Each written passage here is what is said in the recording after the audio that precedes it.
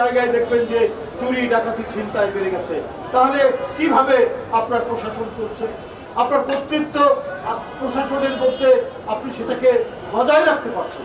তা না হলে ছিনতাইকারীর ছুরিতে 10 জন লোক মারা যাবে এই রাজধানীতে।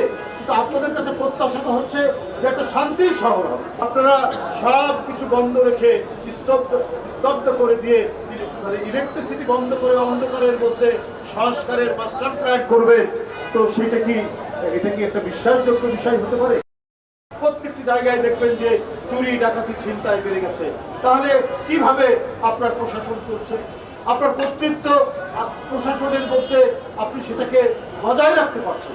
তা না হলে ছিনতাইকারীর ছুরিতে 10 জন লোক মারা যাবে এই রাজধানীতে।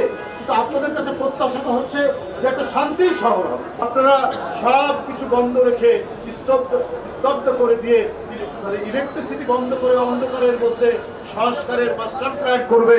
তো এটা কি একটা বিশ্বাসযোগ্য বিষয় হতে পারে?